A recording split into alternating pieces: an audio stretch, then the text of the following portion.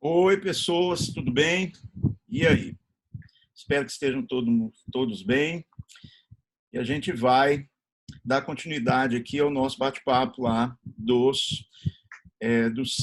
da participação dos elementos, né, nos ciclos gerais dos ecossistemas, né? Então, lembra que a gente está discutindo aí como é que os elementos químicos, de maneira geral, e pensando principalmente naqueles mais importantes, né? Como é que eles participam, disponibilizando aí reações e etc. para os ciclos que a gente chamados biogeoquímicos que a gente vê aí nos ecossistemas, né? Então tá. A gente já viu lá que existem alguns ciclos importantes da água, você já estudou o ciclo do carbono, o ciclo do oxigênio. Existe um elemento que é interessantíssimo e que, para nós, ele é fundamental, que é o nitrogênio, né? E que muita gente acha assim, difícil de compreender, porque daqui a pouco nós vamos ver uma figurinha aí que ela assusta as pessoas, por quê? Porque ela é cheia de desenhinhos e setinhas para tudo quanto é lado, e aí as pessoas se assustam. Mas vocês vão ver que é bastante simples, né? Então, a primeira coisa que nós temos que entender, o nitrogênio, ele é ou não é importante para nós, né? É importante? Você precisa de nitrogênio para quê, né? Na prática. Se a gente for parar para pensar na estrutura geral, que a gente vai ver tanto no mundo, na estrutura abiótica quanto biótica, o nitrogênio, ele participa de uma série de estruturas e fundamentais, né? Se a gente parar para analisar as moléculas orgânicas, algumas moléculas básicas a gente precisa de nitrogênio, né? Por exemplo, se a gente pensar nas proteínas, lembre-se que uma proteína ela é feita de um polímero de aminoácidos, certo? E aí, para eu ter um aminoácido, eu preciso ter o quê? Eu preciso de ter uma estrutura de nitrogênio, tem que ter uma base nitrogenada, né? Então, se não tiver isso, eu só não tenho proteína. Se não tiver proteína, você só não tem hormônios, você só não tem anticorpos, você só não tem enzima, né? Ou seja, praticamente você não tem condições de ter moléculas estruturadas na forma viva se não tiver proteína, né? Agora, não é só na proteína, né? A gente vai ver também que uma das moléculas mais importantes que a gente utiliza para a produção de energia, quem que é? É a adenosina trifosfato, né? Que é formada basicamente por quem? É formada por uma estrutura molecular na qual você tem que ter quem? A adenosina, ou a adenina, que é, na verdade, quem? Que é uma base nitrogenada. Então, se não tiver nitrogênio, no way de ter o quê? De ter ATP, mano. Então, se não tiver ATP, você não tem simplesmente energia, né? Não tem produção de energia no sistema. Além disso, como se não bastasse aí já está bom, a estrutura do DNA, que é essa molécula maiorzinha que você está vendo aqui, ó, ela é feita basicamente de quê? De nucleotídeos, né? E os nucleotídeos, eles são constituídos basicamente de quê? Eles têm um radical fosfato, eles têm um açúcar, não é? E eles têm base nitrogenada. Então, isso tudo já mostra que o nitrogênio simplesmente não existiria estrutura num ecossistema, estrutura viva, se não tivesse nitrogênio, né? Agora, olha a coisa boa. O nitrogênio, você já viu que o oxigênio faz parte dos gases da atmosfera que tem grande proporção. Agora, o nitrogênio é um espetáculo. Por quê? Porque ele tem a maior concentração, na verdade, na atmosfera, né? A gente vai lembrar que quase 80% da atmosfera é constituída de nitrogênio. Então, olha que coisa incrível. Nitrogênio é uma das maiores piadas da estrutura do nosso ambiente, né? É um dos gases mais disponíveis, né? E a gente precisa dele para construir moléculas incríveis, tais como essas aqui que a gente está falando. Só que você vai dizer, mas que maravilha, hein? Nossa, como o mundo é perfeito. Eu preciso muito de nitrogênio e tem nitrogênio para tudo quanto é lado, espalhado na atmosfera. Maravilhoso demais isso, né? Só que não. Na verdade, a gente não pode o quê? Acessar esse nitrogênio de maneira direta, né? Os organismos mais complexos, apesar de ter o nitrogênio na sua estrutura, eles não têm como pegar esse nitrogênio e usar o nitrogênio de maneira direta. Então, isso é um problema, é quase uma ironia, né? A gente tem tanto nitrogênio disponível e a gente não tem capacidade de pegar esse nitrogênio, né? Então, como é que a gente faz? Como é que funciona isso? Se o nitrogênio produz um ciclo, né, e se é cíclico a presença dele no ecossistema, significa que ele entra e ele participa das reações e ele acaba retornando para o seu manancial principal, que nós sabemos que é quem? Que é a própria atmosfera, né? É o nitrogênio molecular, o nitrogênio na forma N2 na forma gasosa, é ele que está disponível na atmosfera. Então, tá. Então, como é que a gente faz? Como é que funcionaria isso, né? Aí, quando a pessoa bate o olho nisso aqui, ela já assusta, fala, putz, mas que tanto de detalhes, né? Como é que eu vou saber isso tudo aqui, né? Como é que eu vou conseguir pensar nessa bagunça de detalhes aqui, né? De setinha indo e voltando. Só que é o seguinte, a gente tem que pensar de maneira compartimentalizada, vai ficar mais fácil. Qual que é o antídoto que eu sempre estou dizendo para todo mundo que é o que permite a gente entender os processos todos em biologia? Um raciocínio evolutivo. Então, se a gente pensar do ponto de vista evolutivo, já não pode esquecer. Do ponto de vista evolutivo, a gente vai pensar que a estrutura do mundo natural ela não apareceu pronta. E se ela não apareceu pronta, elementos que foram se conjugando, passando por um mecanismo de seleção, acabaram produzindo o quê? Uma estrutura que hoje a gente vê organizada como está. Então, se eu te mostro uma figura dessa aqui e te falo, olha, é isso aí que está acontecendo no mundo natural. Realmente é muito difícil de entender isso, como é que tudo isso se encaixa dessa forma, né, aparentemente perfeito, sem entender que, na verdade, essas estruturas elas foram se encaixando gradativamente ao longo do tempo, ao longo de bilhões e bilhões de anos de evolução. Então, vocês vão ver daqui a pouco que é fácil pensar nisso aqui se a gente separar na nossa mente algumas coisas. Então, primeiro de tudo, vamos pensar de forma esquemática, né? Eu bolei um esqueminha aqui para a gente conseguir pensar juntos, né? É um esqueminha que eu poderia estar fazendo numa lousa ou em qualquer lugar, mas pensa numa folha de caderno. Então, imagine da seguinte maneira. Existe o oxigênio, desculpa, o nitrogênio que ele está lá, na forma atmosférica, né? E se é um ciclo, nós temos que entender que a disponibilidade desse elemento está ali e vai ter que retornar para o mundo natural. O que os cientistas descobriram é o seguinte, é que, imagine que essa linha pontilhada seja os solos. Lembre-se que, quando você estudou a origem da vida, as primeiras formas de vida que existiram na Terra foram bactérias extremamente simples. E essas bactérias se disseminaram pelo planeta, inicialmente, né? Durante alguns bilhões de anos, a vida biológica, quer dizer, é um pleonasmo isso, mas a estrutura biológica da Terra, o componente biótico dos ecossistemas primitivos eram basicamente quem? Bactérias. E dentre essas bactérias, existia uma grande variabilidade delas, né? Descobriu-se que algumas dessas bactérias, dentre outras, né, não quer dizer que todas são assim, elas muito provavelmente reagiam à presença de nitrogênio e produziam reações usando nitrogênio. Como reações? Comiam, né? Elas usavam nitrogênio para poder produzir as suas reações naturais. E isso acabou produzindo uma categoria de bactérias na natureza que nós chamamos de bactérias fixadoras. Elas são chamadas bactérias fixadoras de nitrogênio. Não quer dizer que todas as bactérias são assim, mas alguns micro-organismos são assim. E eles ainda existem vivos hoje, né? Ou seja, os que estão aqui hoje são remanescentes disso que começou há quase 3 bilhões de anos.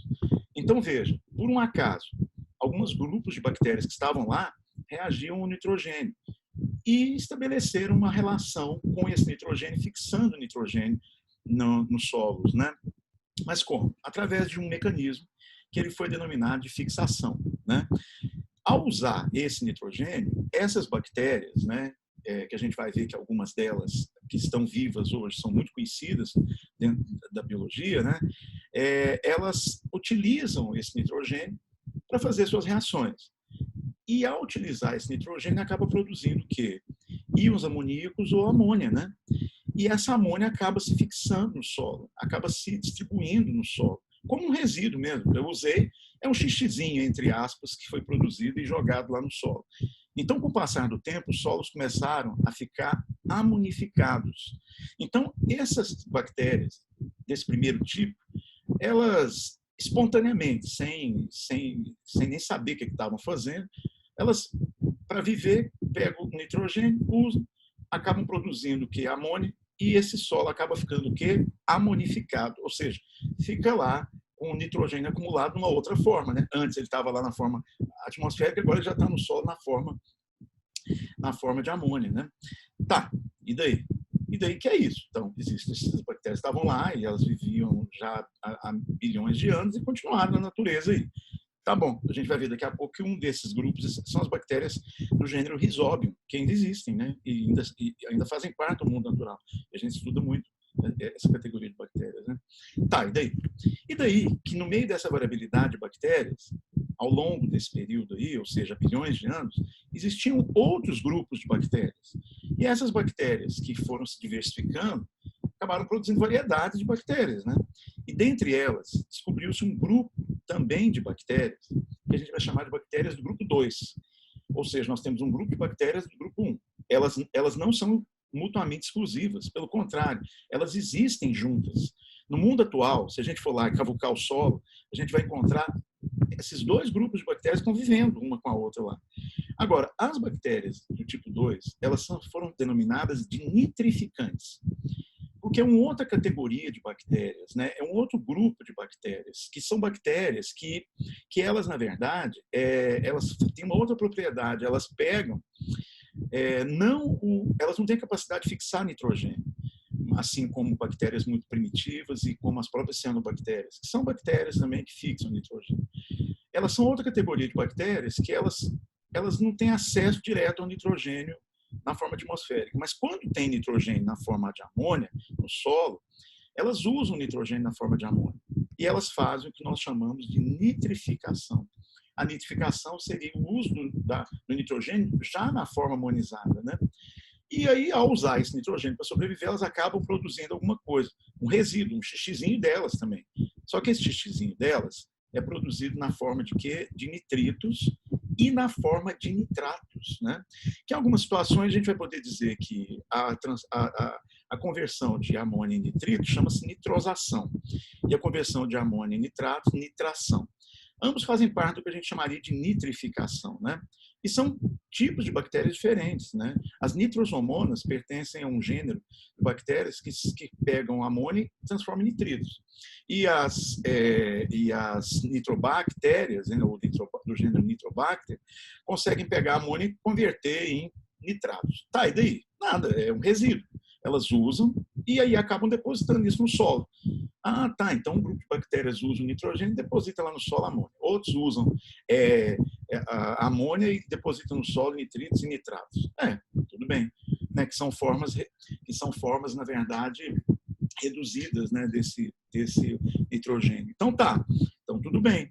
E daí? Nada. E daí que o mundo é assim e ao longo de bilhões de anos as coisas foram se acumulando aí na natureza.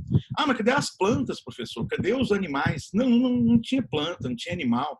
Há 3 bilhões de anos não existia planta, não existia animal. Os reinos de seres complexos que a gente conhece hoje, como você já discutiu, lembre-se, quem vê cara não vê DNA, né? Então, você, quando pensa na estrutura evolutiva, a gente lembra que esses filos, esses grandes grupos, eles foram se desenvolvendo ao longo do tempo. Então, existiam essas bactérias lá, elas estavam lá. Tá, mas cadê? Se é um ciclo, né? Como é que o nitrogênio volta, né? Aí descobriu-se que, ao mesmo tempo, estavam evoluindo outras categorias de bactérias. Dentre elas, uma terceira categoria, nós vamos chamar de grupo 3. Então, nós temos as bactérias 1, as bactérias 2, as bactérias 3. Lembre-se disso. As bactérias 3, elas são chamadas desnitrificantes.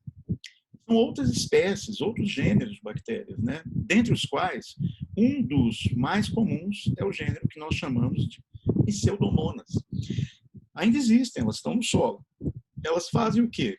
Elas pegam esse nitrogênio na forma reduzida, por exemplo, os nitratos, usam isso e o punzinho que elas soltam. Só que algumas produzem um resíduo na forma que de compostos que são jogados no solo. Outras produzem um punzinho. O punzinho das pseudomonas, ou seja, das bactérias desnitrificantes, retorna para a atmosfera o nitrogênio atmosférico, o N2. Então, olha que interessante, você tem 3 tipos diferentes de bactérias. Elas já existem na natureza, independentemente se tinha animal, se tinha planta, né? É claro que ao longo do tempo, conforme os organismos complexos foram se estruturando, isso foi gerando o quê? Foi gerando uma relação entre eles, né? Mas o que a gente vai ver é que, inicialmente, você tem esses 3 grupos. Tá, e o mundo estava se organizando dessa forma, né? Então, bactérias fixadoras, fixação. Elas mesmas fazem um processo de jogar amônia para o solo, certo? As nitrificantes, que reduzem essa estrutura de amônia, né? Disponibilizando resíduos um pouco mais elaborados no solo, e as bactérias desnitrificantes que usam isso e acabam jogando isso de volta para a atmosfera. Tá, tudo bem. E daí? Nada. E daí que a gente vai ver que essa estrutura, ela preparou, na verdade, todo o ambiente para quê? Para que ao longo do processo, ao longo do processo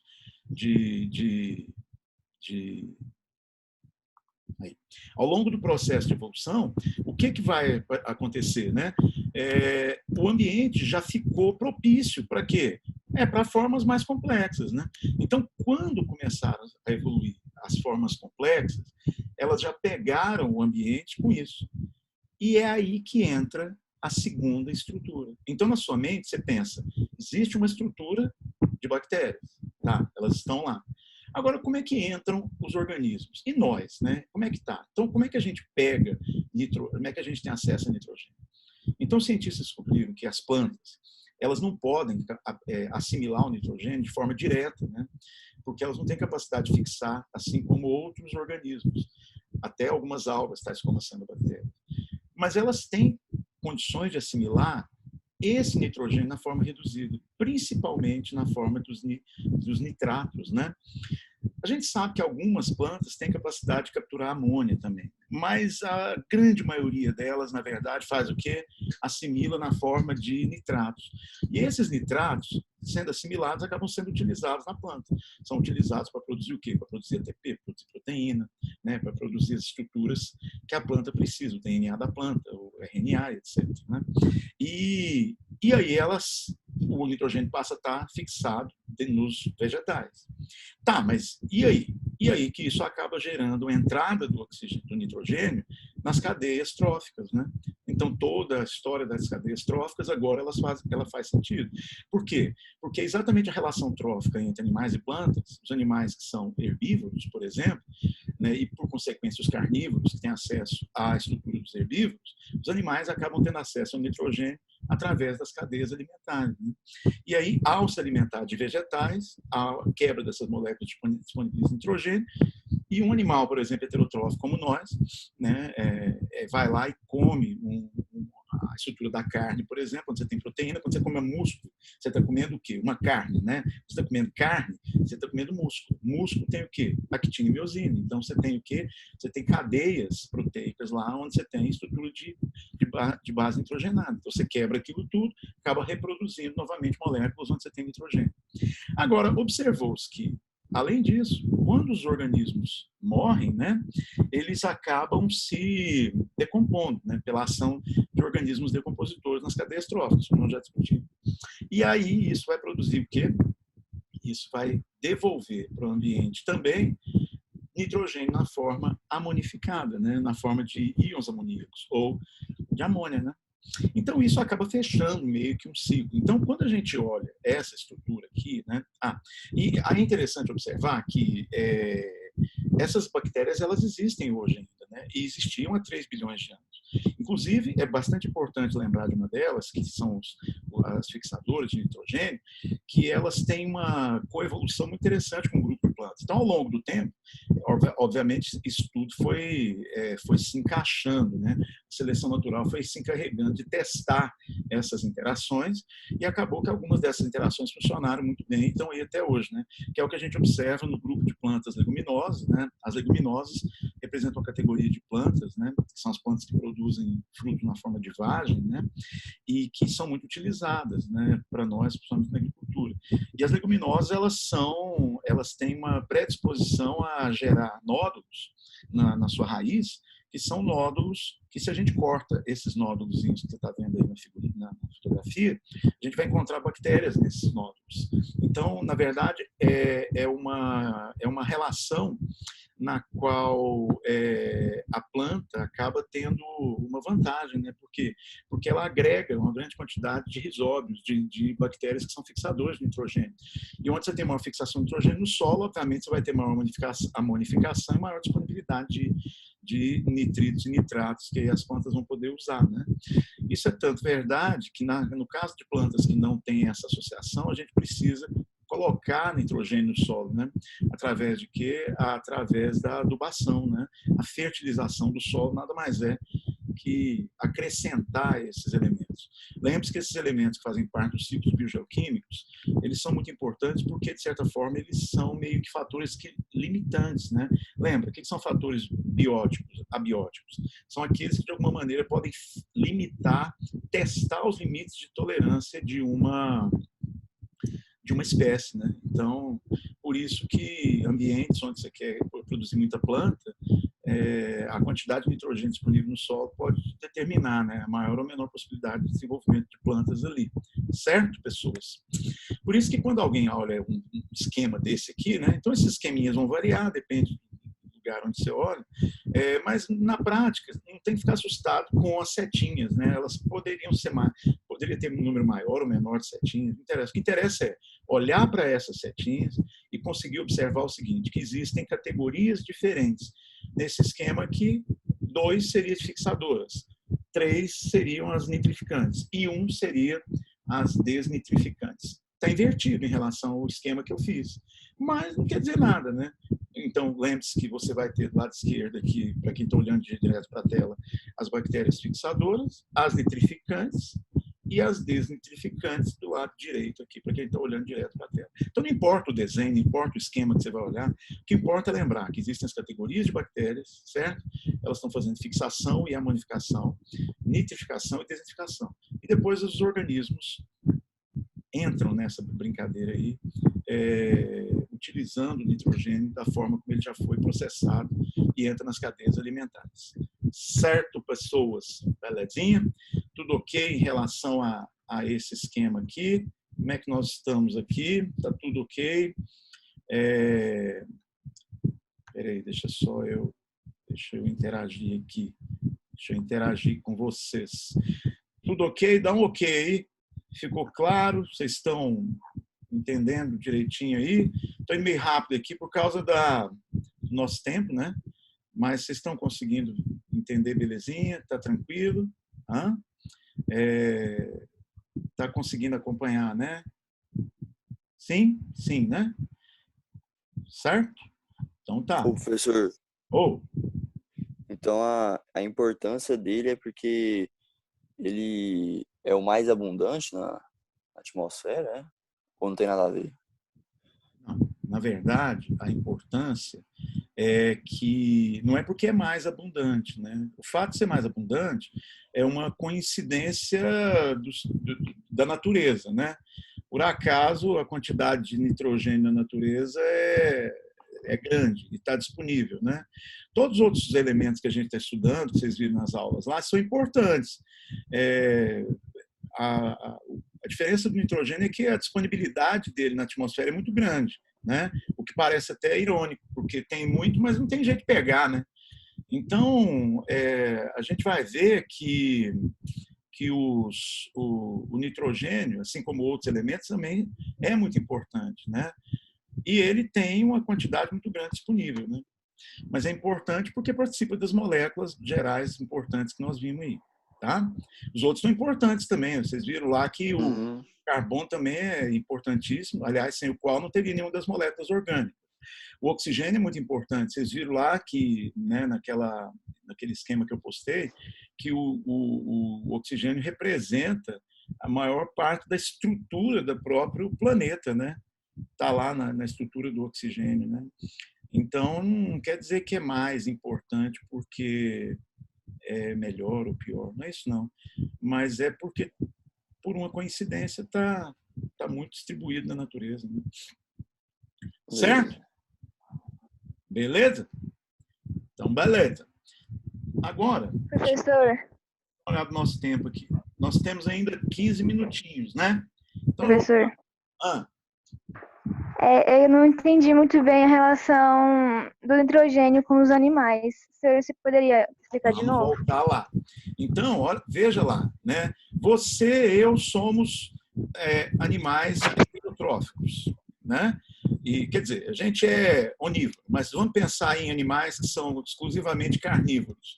Como que um animal carnívoro tem acesso a nitrogênio para construir proteína, construir ATP, construir DNA, né? Como que um animal tem acesso a isso? As bactérias, como vocês estão vendo aí, elas têm acesso de algumas formas e de alguma maneira acaba entrando lá no sistema delas. Agora, por exemplo, os animais e as plantas, como que eles têm acesso? As plantas só conseguem pegar o nitrogênio através dos nitritos. Então, elas vão lá, dos nitratos, principalmente nitratos, e de amônio. Então, elas chupam aquilo ali do solo, usam lá, pronto. Aí constroem proteína, constroem ATP, constroem RNA e DNA. Aí fica lá, já tem nitrogênio no corpo da planta. Como que um animal tem nitrogênio no corpo dele, né? Porque, por exemplo, você e eu somos animais. Como é que a gente tem nitrogênio no nosso corpo? Aí você vai falar, na forma de DNA meu, na forma de nitrogênio, na forma de ATP, na forma de moléculas de proteína que eu tenho no meu corpo. Seu cabelo é queratina, né? Então, o seu cabelo tem nitrogênio nele aí. Tá, mas como é que foi parar esse nitrogênio aí? Eu não sou bactéria, não consigo pegar e fazer fixação. Eu não sou bactéria nitrificante, que eu consigo pegar amônia e chupar ela e fazer nitrato. E nem pseudomonas. Então, como é que veio parar em mim esse nitrogênio? Quando eu acessei as cadeias alimentares. Como cadeias alimentares? Quando eu comi uma planta. Na hora que você for almoçar hoje, você vai mastigar lá um pedaço de planta, vegetal. Nele tem moléculas com nitrogênio. Aí você vai quebrar, elas vão se desconstruir, lembra do Lego? E depois você vai reconstruir de novo as bases nitrogenadas, criando o seu DNA próprio, o seu ATP próprio, as suas proteínas próprias. Você vai comer um pedaço de carne, você vai acessar também moléculas que têm nitrogênio. Aí você vai comê-las e elas vão ser quebradas e produzir moléculas de nitrogênio. Aí o seu corpo vai passar a ter nitrogênio. Se você fosse um animal que servisse para a cadeia alimentar para ser comido por outro animal, esse outro animal iria quebrar as moléculas e, da mesma forma, ter acesso ao nitrogênio. Então, plantas e animais só têm acesso ao nitrogênio as plantas assimilam nitrogênio na forma de nitratos, constroem moléculas e os animais têm acesso somente pela cadeia alimentar. E ambos, animais e plantas, quando morrem, são decompostos, né, pelos decompositores, que são bactérias e fungos, e acabam retornando nitrogênio também para o solo, que acaba sendo amonificado, e as bactérias devolvem novamente nitratos e nitritos para o solo, e aí o ciclo continua. Entendeu? Entendi, muito obrigada. Que é isso? Não por isso. Então, vocês entenderam aí, pessoas? Uma atividade vai ser colocada com base nisso aí, tá bom? Então, fica bastante esperto com isso. Esse ciclo é um ciclo fundamental e tem que estar esperto, tem que saber como discutir essas coisas aí. E é um dos que dá medo, né? Porque tem muita coisa, né? Aparece muito detalhe. Então, é importante vocês observarem que esse detalhe, ele não precisa ficar com medo dele, tá? Esses são detalhes que agora vocês entenderam que tem uma lógica, certo? Agora, para finalizar, a gente pode bater um papo sobre uns elementos, que é um elemento químico muito importante também, se a gente parar para pensar, né? O ciclo do fósforo, ele não é dos mais aterrorizantes, assim, né? Por uma característica. Eu espero que vocês tenham observado um negócio. Presta atenção nisso aqui. O oxigênio está na forma gasosa. Então, ele aparece no ecossistema na forma atmosférica, né? O carbono, principalmente na forma de CO2. Então, ele está também na forma atmosférica.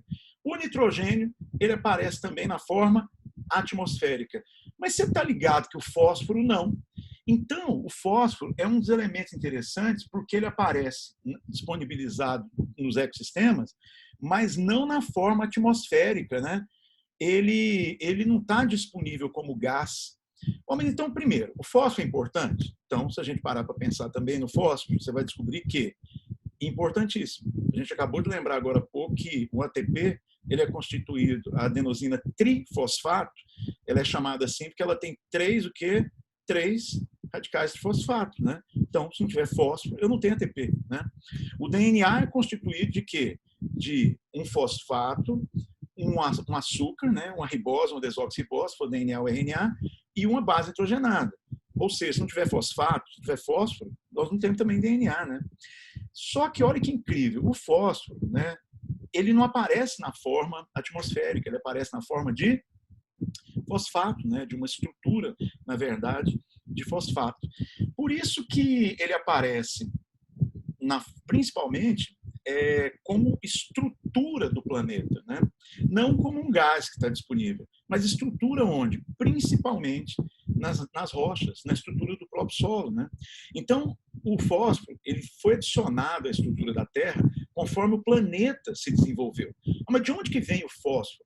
Não, conforme a própria estrutura do universo foi se formando desde o Big Bang, esses elementos que foram se formando, foram se agregando, produzindo a estrutura da matéria. E conforme os planetas foram se formando, lembra, já estudaram isso em geografia, os planetas foram se formando por adição de matéria, de poeira cósmica, que ao se adicionar produz rochas, produz a estrutura da matéria que a gente vê no mundo real. Então, alguns desses elementos foram sendo adicionados na matéria. O fósforo é um deles, né? Então, o fósforo, ele acabou produzindo a estrutura das próprias rochas. Tá, mas isso fica parado lá? Sim. Ou pode ser, na verdade, o quê? Ou pode ser trabalhado pelo próprio intemperismo. Então, conforme o ciclo da água foi se desenvolvendo, a própria água, as erosões, o próprio intemperismo influenciando as rochas, acabou liberando parte desse sódio, tanto para os oceanos, quanto para os lagos, nos rios. Isso foi sendo carregado para os mananciais, principalmente onde você tem água disponível, né? E isso acaba sendo disponibilizado para os seres. Então é interessante observar que nos ciclos que você estudou, o ciclo do fósforo, ele não é atmosférico, certo? Fique esperto com isso, tá? Os outros são. Já o fósforo, não.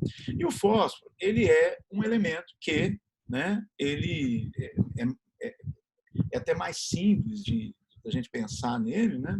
O fósforo, ele faz parte da estrutura, né, trófica. De que maneira? Não. Então, conforme a estrutura do planeta foi se formando, a própria estrutura do fósforo acabou sendo fixada nas rochas, né? Nos elementos da matéria que constitui a estrutura física do próprio ecossistema, principalmente na forma de quem? De fosfatos. Esses fosfatos, ao serem submetidos, por exemplo, a condições do intemperismo, tais como a penetração de água no solo, então a água vai entrando no solo, ela vai percolando o solo com as chuvas e vai sendo absorvida no solo, e essas próprias reações produzidas pela água vão disponibilizando mais fosfatos, né? Então as plantas, por exemplo, elas têm acesso, como? Elas absorvem o fosfato do próprio solo, né? E ao absorver fosfato, elas acabam produzindo as suas reações, né? Então é por isso que a maior parte dos fertilizantes, eles são constituídos basicamente de quê? Ou principalmente de nitrogênio e de fósforo, né? Por isso que quando a gente quer colocar adubo no solo, os principais adubos são constituídos de nitrogênio e de fósforo, né? A gente compra em qualquer lugar aí na rua o NPK, né? Por quê? Porque tem nitrogênio e fósforo. Então, esses elementos, eles são muito importantes, o fósforo tanto quanto o nitrogênio. E é um fator limitante? Sim, claro.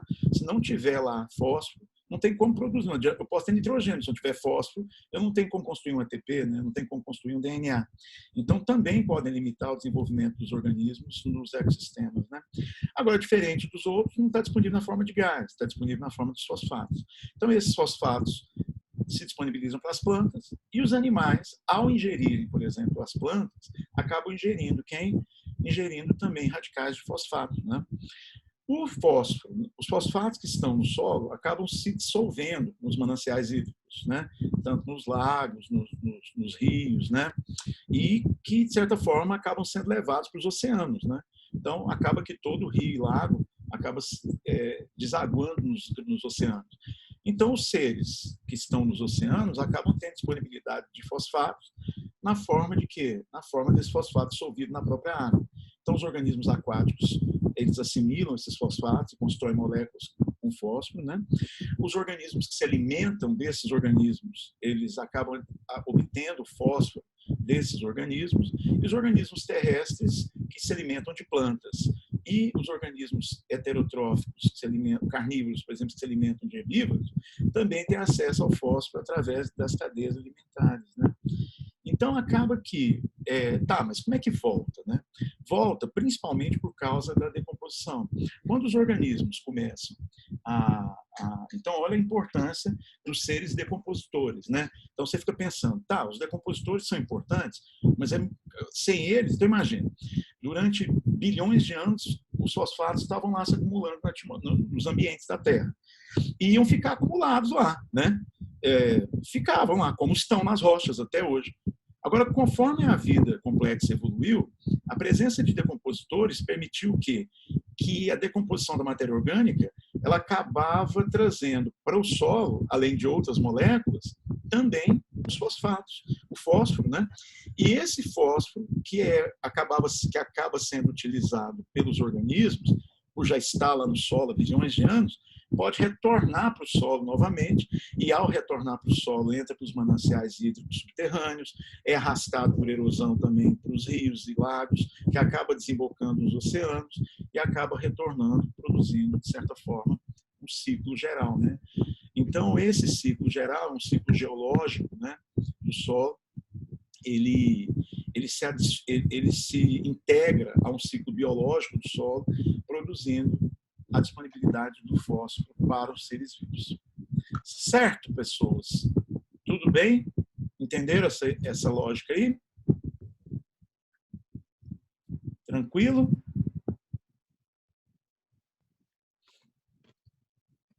Sim ou não? Sim ou não? Dê um ok aí. Entenderam? Sim, né? Professor, Oi. necessariamente tem que ser, tipo, a matéria orgânica, não pode ser, tipo, as fezes, esse trem, não? Sim, mas as fezes são matéria orgânica, né? Pode ser Tipo, o excreção pessoal que tinha que também. morrer. Hã? Sim, O pessoal não. que tinha que morrer. Resíduos, né? Você está querendo dizer, né? Sim, podem ser resíduos também. Quaisquer resíduos ou quaisquer estruturas com fosfato, elas, quando voltam para o solo, elas acabam sendo afetadas pelos decompositores. Então, se um bicho morre, ou um bicho degeta, ou ele devolve resíduos para o solo, de qualquer maneira, isso aí vai adicionar no solo fósforo de novo. Certo? O tempo nosso aqui, daqui a pouco eu acho que eles cortam, né? Tem 2 minutinhos ainda. Vai falando aí. Me explica, por favor, sobre esse processo que, quando o fósforo chega nele, é tardio para retornar ao ecossistema, por favor? Não, isso é porque é o seguinte, quando a gente fala que o ciclo do fósforo, o fósforo tem um ciclo geológico, é porque conforme esses fosfatos vão sendo adicionados no solo, eles vão constituindo a estrutura das rochas, né? E as rochas, elas não estão disponíveis, não é simples eu pegar e quebrar uma rocha, né? Então, esse fósforo que está sendo utilizado hoje é um fósforo que não foi adicionado ao ecossistema ontem. O nitrogênio que está voltando hoje para a atmosfera é o nitrogênio que a bactéria deu o punzinho dela agora há pouco, né? Agora, o fosfato que está na rocha é um fosfato de milhões de anos que vem sendo adicionado lá. Então, esse fosfato é um fosfato tardio, entendeu? Porque faz milhões de anos que vem sendo acumulado. Eu não consigo pegar o fósforo assim, simplesmente jogar para cima e ele começar a voltar. Para ele voltar, ele volta na forma de fosfatos que vem se acumulando ao longo de milhões e milhões de anos. Entendeu? Entendi, obrigada. Nada. Ó, eu acho que vai cortar, né? Então, pessoas, valeu demais, né? Eu espero que tenha funcionado legal, né? Que a gente tenha interagido aí. E depois a gente volta para a próxima. Certo, mano? Um abração para todo mundo. Até a nossa próxima aulinha.